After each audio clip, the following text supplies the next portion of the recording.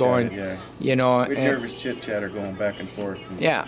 You And keep track of that many conversations. Yeah. Well, it's almost like that first conversation is like this last conversation. It's almost like you know. Yeah. So we were on our way up there.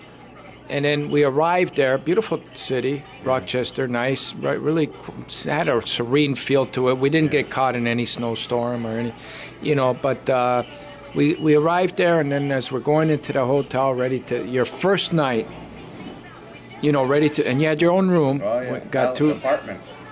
Apartment. Yeah. And then the first person you run into on your first hotel is this lady. Yeah.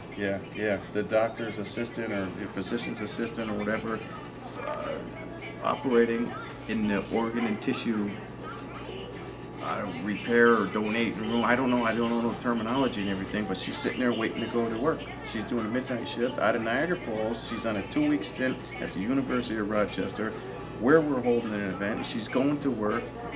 And I come bouncing in the door full of piss and vinegar and telling her, oh, you know, basically, hey, do you know anything about organ and tissue donation? Because that's what we're doing. She goes, duh, yeah, that's what I do. And I'm like, oh, wow. So, you know what I mean? You couldn't get, you know, She was on her way out. What's the chance? What's the chance of catching her just before? Like, it could have been too soon. She would have still been in her room, or too late. She would have been there already. I was thinking she was going to work at midnight to draw blood or something, or to change bedpans. I didn't know, no disparaging her or anything, but I didn't think we were going to run into a full-blown doctor in the middle of the night with that operates with organ and tissue donations. What's the chance of that? Another link. So then the next morning, we're preparing for you to see your first gig, the first of many that you would see afterwards, but the very first one. We arrive at the hospital. Now, can you remember, usually when we arrive early, because we got there early, I said, we got to get there, we got to set up. Nobody comes and sees us early, like, because we're, as soon as we are not even getting out of that door. The security guard Jumped out of the booth to help us. Yeah.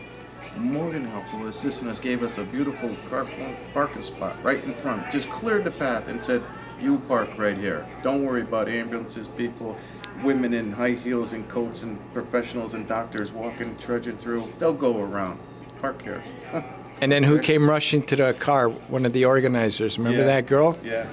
That one that was with the eye and tissue bank? Was it Carol? Karen. Karen. Yeah. And then all of a sudden, when she came, they all started pouring out, like they were all waiting. Did you see how? My sister. Yeah. Yeah. Did you see how anxious they all were? Yeah, very like, excited. Yeah. Excited, and it's like, oh, how much? I thought there was so much excitement. I said, all right, we must be the second act of this, because I thought it looked like they were set up for something much larger. Yeah, that something else was happening, and we just happened to be there at that time or something. And we were just going to wait until this bypasser. Can you show us our small room where we're going to be doing this? We were the main attraction. And I come to find out, hey, this is for us. Wasn't that amazing? Like, just to see the way they all came.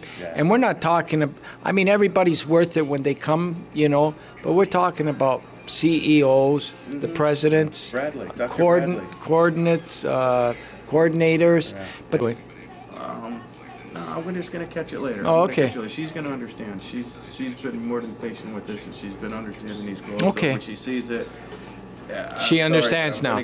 Not at the beginning, though. It was hard for her to understand why you couldn't talk right away. Right up until today, there's been a balance act here and everything, because this is, I got to tell you, out of my norm.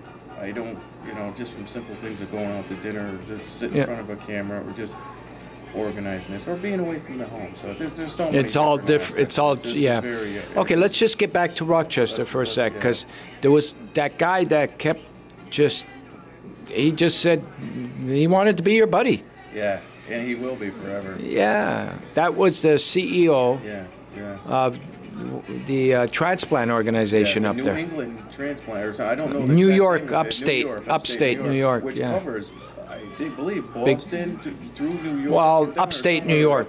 All through upstate New York. Yeah, pretty wide area. Yeah. So he's talking to you, and you're seeing all these people and everybody getting prepared, and everybody, and we're going through the all that stuff, and he keeps wanting to talk to you, and At what point did he mention to you about you being? He wanted to get my story, so I gave him a little bit of my story, and they all knew about you, by the way, because I told them, look, I'm looking for a volunteer, because I was talking to Karen, she related, so they all knew, Part of why I'm unemployed is because my employer, being on workman's comp after hurting my neck several years ago and having the operation, being a cadaver bone recipient, which didn't work out too good, I'm going to end up doing it again. But that was part of why I'm unemployed. So I fed that into the point why I'm unemployed, why I'm helping George, and why I'm on this mission, and why it's all been working together. So, and he said, so what happened to you? And I said, well, I hurt my neck. I ruined a couple of discs. I had to have them taken out. And oh, wow, where did they get the bone to put in your neck for the fusion?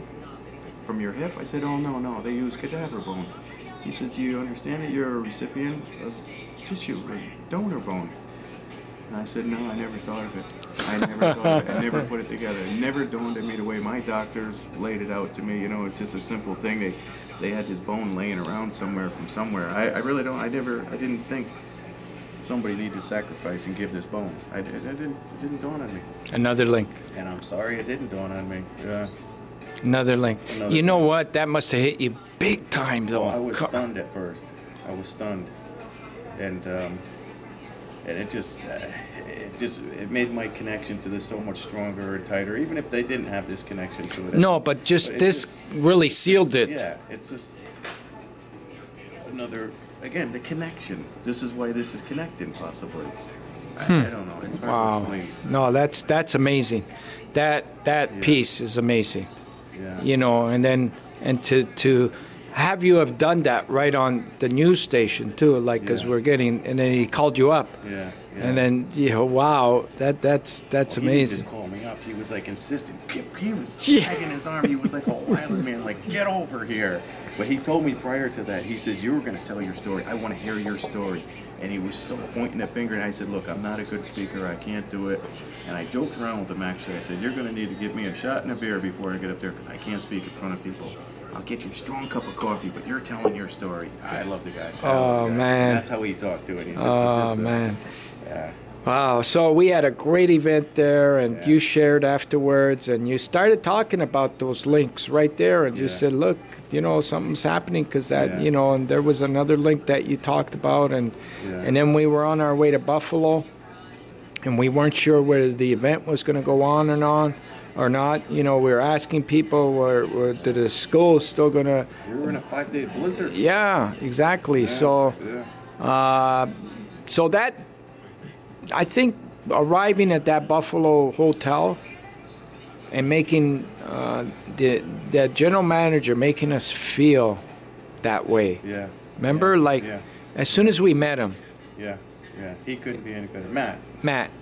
Matt. He just made us feel so at home, and you felt so comfortable. Like I could have talked to him and his people, the girls and the guys on the different shifts there, and him for the rest of my life. It was like neighbors, and it ended up